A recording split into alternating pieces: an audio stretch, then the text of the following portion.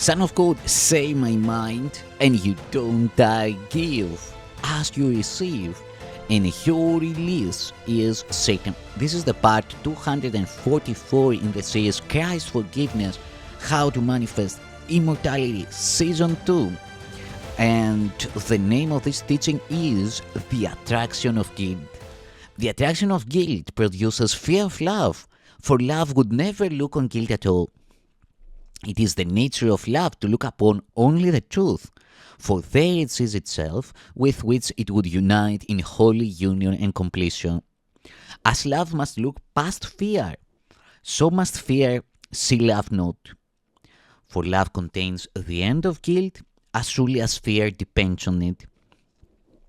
Overlooking guilt completely, it sees no fear. Being wholly without attack, it could not be afraid. Fear is attracted to what love sees not, and each believes that what the other looks upon does not exist.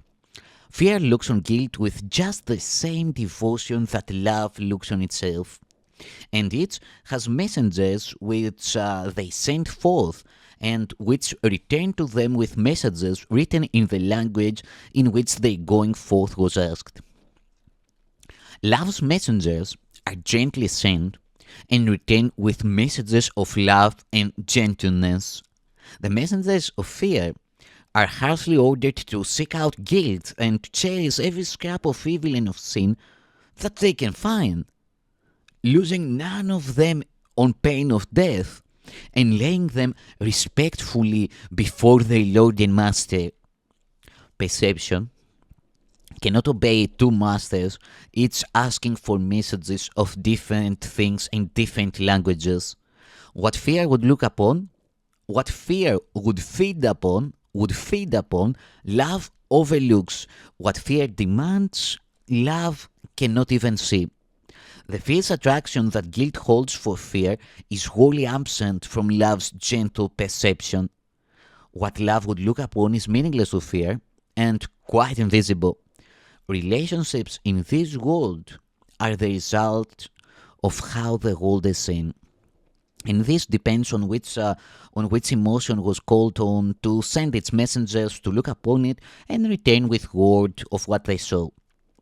Fear messengers are trained through terror, and they tremble when their master calls on them to serve him.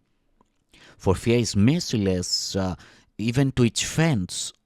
Its messengers steal guiltily away in hungry sets of guilt, for they are kept cold and starving and made very vicious by their master, who allows them to feast only upon what they return to him. No little shred of guilt escapes their hungry eyes, and in their savage search for sin, they pounce on any living thing they see and carry it screaming to their master to be devoured.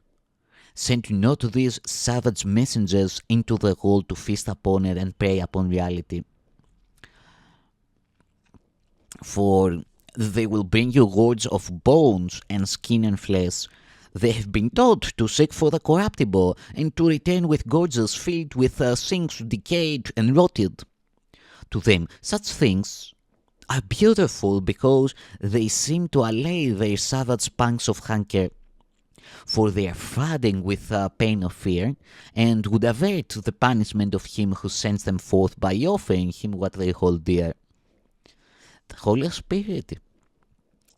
Spirit has given you love's messengers to send instead of those you trained through fear. They are as eager to return to you what they hold dear as are the others. If you send them forth, they will see only the blameless and the beautiful, the gentle and the kind. They will be as careful to let no little act of charity, no tiny expression of forgiveness, no little breath of love escape their notice. And they will return with all the happy things they found to share them lovingly with you. Be not afraid of them, they offer you salvation.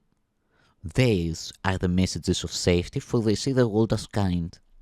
If you send forth only the messengers the Holy Spirit gives you, wanting no messages but theirs, you will see fear no more.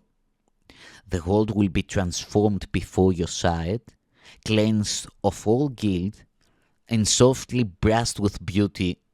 The world contains no fear that you laid not upon it, and none you cannot ask love's messengers to remove from it and see it still. The Holy Spirit has given you his messengers to send to your brother and return to you with what love says. They have been given to replace the hungry dogs of fear you send instead. They have been given to replace the hungry dogs of fear you send instead, and they go forth to signify the end of fear.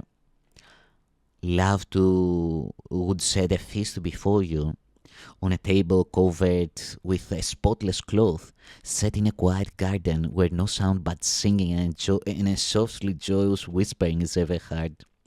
This is a feast that honors your holy relationship and at which everyone is welcomed as an honored guest. And in a holy instant, grace is said by everyone together as they join in gentleness before the table of communion. And I will join with you there. I will join you there, as long ago I promised, and promise still. For in your new relationship, I'm made welcome. And where I'm made welcome, there I am. I'm made welcome in the state of grace, which means you have at last forgiven me, for I became the symbol of your sin, and so I had to die instead of you. To the ego, sin means death, and so atonement is achieved through murder. Salvation is looked upon as a way by which the Son of God was killed instead of you. Yet no one can die for anyone, and death does not atone for sin. But you can live to show it is not real. The body does appear to be the symbol of sin while you believe that it can give you what you want. While you believe that it can give you pleasure, you will also believe that it can bring you pain. To think you could be satisfied and happy with so little is to hate yourself, and to limit the happiness that you would have calls upon pain to fill your meager store and make your life incomplete. This is completion as the ego sees it. As the ego sees it. For guilt creeps in where happiness has been removed and substitutes for it. Communion is another kind of completion which goes beyond guilt because it goes beyond the body. Thank you.